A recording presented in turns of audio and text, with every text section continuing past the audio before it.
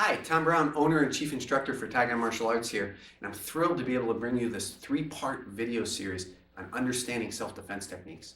Throughout this series, we're going to explore the theoretical basis behind self-defense techniques, and hopefully along the way we'll share several ideas that you can take and apply to your own training. In this part of the series, we're going to take a look at the two core pillars that all martial arts systems are built upon. We're going to discuss what a self-defense technique is, as well as what it isn't.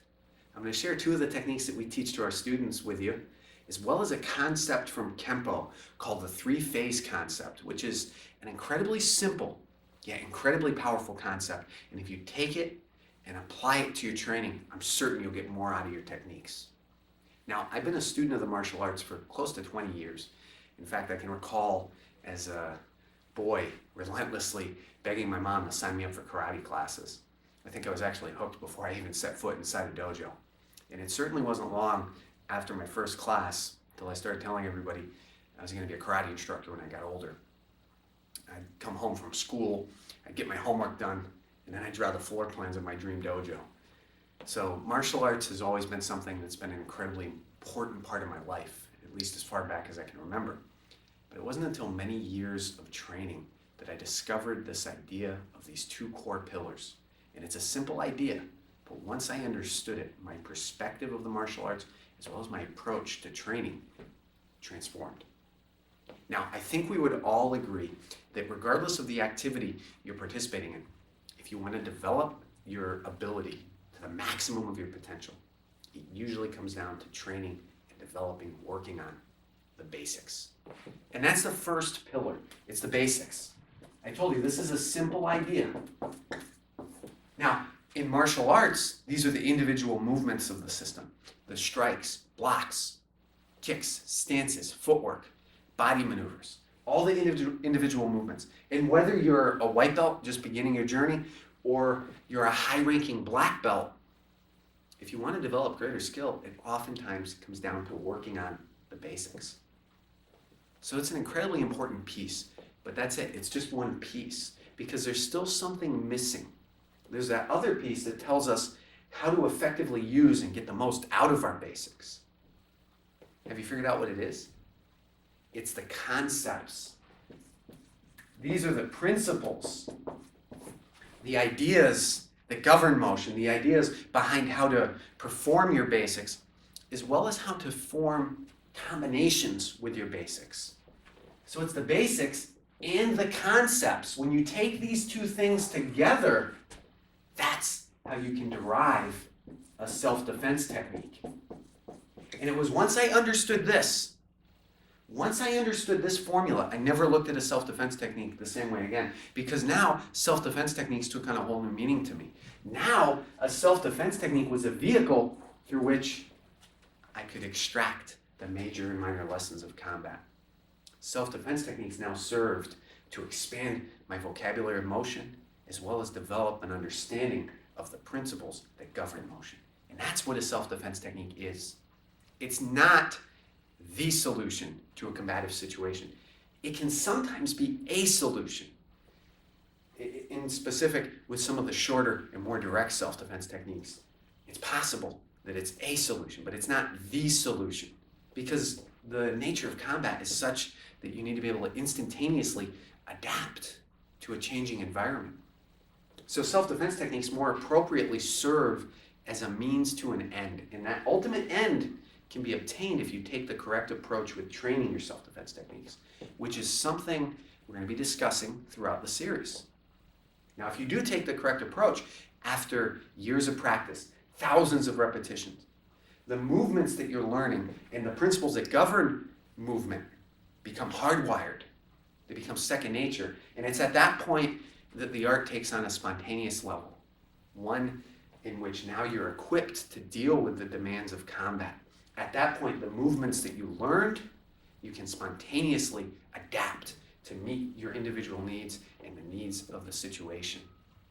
Now what I'd like to do is take a look at a couple of the self-defense techniques that we teach, pull out a couple of the concepts, and then we'll come back and take a look at the three-phase concept, which is an approach you can use to working and learning and developing your techniques so that you can progress from a primitive to a spontaneous level in your training. I have Justin here to help out. We're going to take a look at two of the very basic techniques that we teach here at our school, delayed sword and sword of destruction. So let's get started with delayed sword. This is a single hand gi grab, and he's grabbing a hold of me, most likely getting ready to throw a punch with the other hand. So the first thing that we're going to do, the first lesson of this technique, we're going to pin check and step back. We're making distance our friend. I'm going to pull him, hopefully off balance, pull this arm towards me, and temporarily negate that arm from coming around with a punch.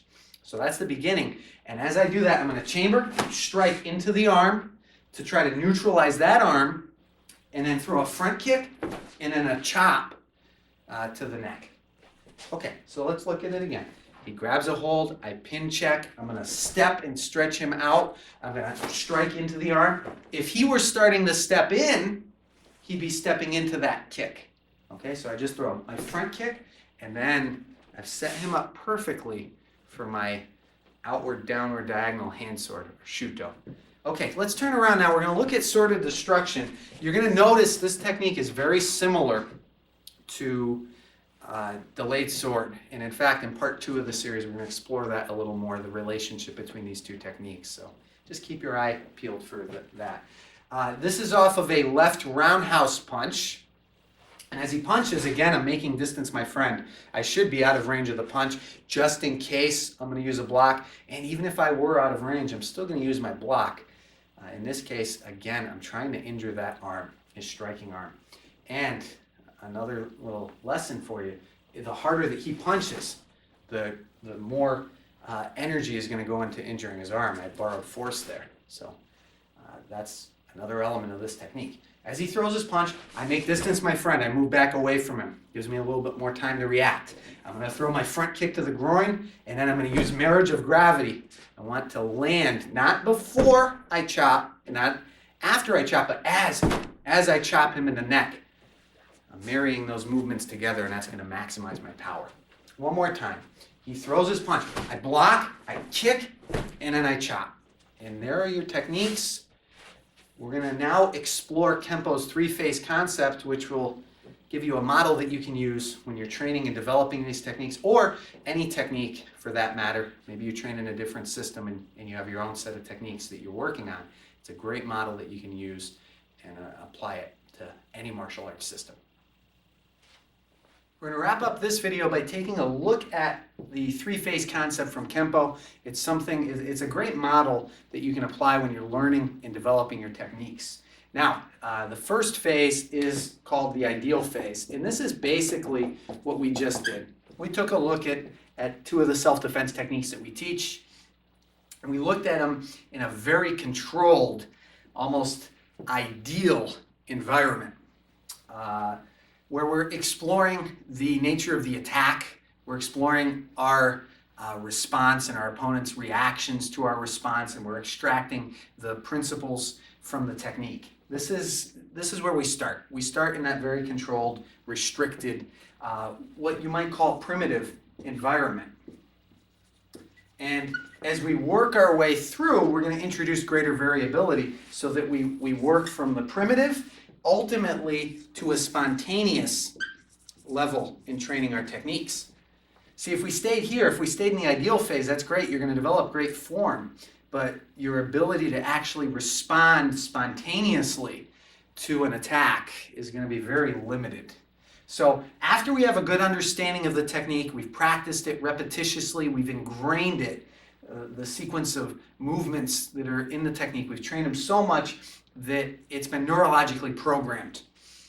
We have to start introducing some greater variability to the techniques that we're practicing. And the way that we're going to do that is, moving on to phase 2, we're going to start asking this key question. What if? We're going to look at the variables that are already at play, and we're going to explore changes. We're going to explore any and all questions that you could ask about the technique. What if the person throws a punch before I can execute my block? What if I'm pinned up against a wall? What if instead of pushing me back, the person pulls me in? Depending on what the technique is, you can explore all different possibilities, and you should explore any and all possibilities that you can think of. That's how you're going to expand your ability to utilize the movements of the technique. And the more that you ask questions and you examine the possibilities and you discover answers to your questions, you're already on your way to formulating your response. And that's the third phase, is the formulation phase. And there's an equation, there's a whole series of processes that we can apply when we're formulating techniques. We're not going to look at that in this video series. We'll explore that hopefully in a future video. But for now, we're going to mainly stay here. Okay? We're going to explore the what-if questions of the techniques that we shared with you. Now, that pretty much wraps up this video. What I'd like for you to do is take a look at the techniques that we shared with you. Start practicing them if you don't already have them. Start exploring what-if scenarios. And in part 3, we're going to come back and we're going to look at these techniques and explore them a little more. We're going to ask our own series of what-if questions. We're going to explore the relationship between the two techniques and show you a couple of places that you should really look first if you're looking to find the answers to the questions that you're asking here. In addition, we're also going to share with you 2 more techniques that we teach at our school, and we're going to discuss the importance that your point of view can play in this whole process. So that'll be it for now. Until part 2, get to work on practicing those techniques, and we'll see you soon.